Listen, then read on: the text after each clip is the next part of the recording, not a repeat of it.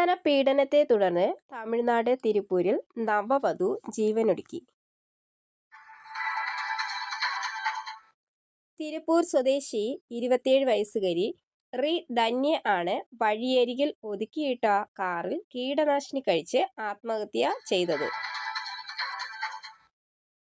ഭർത്താവിന്റെയും ഭർത്താവ് വീട്ടുകാരുടെയും പീഡനം താങ്ങാനാവാതെയാണ് റി ധന്യ ജീവനൊടുക്കിയത്. തന്റെ അച്ഛന് 7 വാട്സപ്പിൽ സന്ദേശവും ജീവനൊടുക്കുന്നതിന് മുമ്പായി ക്ഷമിക്കണം എന്ന് പറഞ്ഞ് റി ധന്യ സന്ദേശം അയച്ചിരുന്നു. ഭർത്തൃ വീട്ടുകാരുടെ പീഡനം വിവരിച്ച് ജീവനൊടുക്കുന്നതിന് മുൻപ് തന്നെ പിതാവിന് സന്ദേശം അയച്ചിരുന്നു. ഭർത്താവ് തന്നെ ശാരീരികമായും മാനസികമായും ഉപദ്രവിക്കുകയും അതോടൊപ്പം തന്നെ പീഡിപ്പിക്കുകയും ചെയ്യുന്നതിൻ്റെ ശബ്ദ സന്ദേശങ്ങളാണ് മാതാപിതാക്കൾക്ക് അയച്ചു കൊടുത്തത്.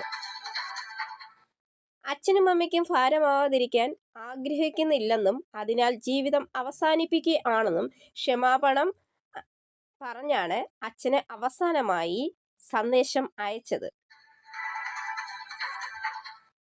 ഞായറാഴ്ച ക്ഷേത്രത്തിലേക്കാണെന്ന് പറഞ്ഞ് കാറിൽ പോയ ധന്യ വഴിയോരത്ത് വാഹനം നിർത്തി കീടനാശിനി ഗുളികകൾ കഴിക്കുകയായിരുന്നു. ഏറെ നേരമായി കാർ വഴിയോരത്ത് കിടക്കുന്നത് കണ്ടതോടെ നാട്ടുകാരാണ് വിവരം പോലീസിനെ അറിയിച്ചത്. വസ്ത്രക്കമ്പനി നടത്തുന്ന അണ്ണാദുരൈയുടെ മകളായ റി ധന്യ ഈ വർഷം ഏപ്രിൽ 28 വയസ്സുകാരനായ കവിൻ കുമാറിനെ വിവാഹം കഴിച്ചത്. 100 പവന്റെ 800 ഗ്രാം സ്വർണ്ണാഭരണങ്ങളും 70 ലക്ഷം രൂപ വില വരുന്ന ആഡംബര കാറുമായാണ് സ്ത്രീധനം നൽകിയിരുന്നത്.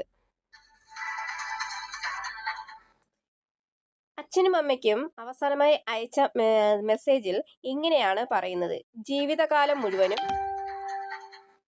നിങ്ങൾക്ക് ഭാരമാകാൻ ഞാൻ ആഗ്രഹിക്കുന്നില്ല എന്നാണ് യുവതി ആത്മഹത്യയ്ക്ക് തൊട്ടു മുൻപായി അയച്ച സന്ദേശം. എനിക്ക്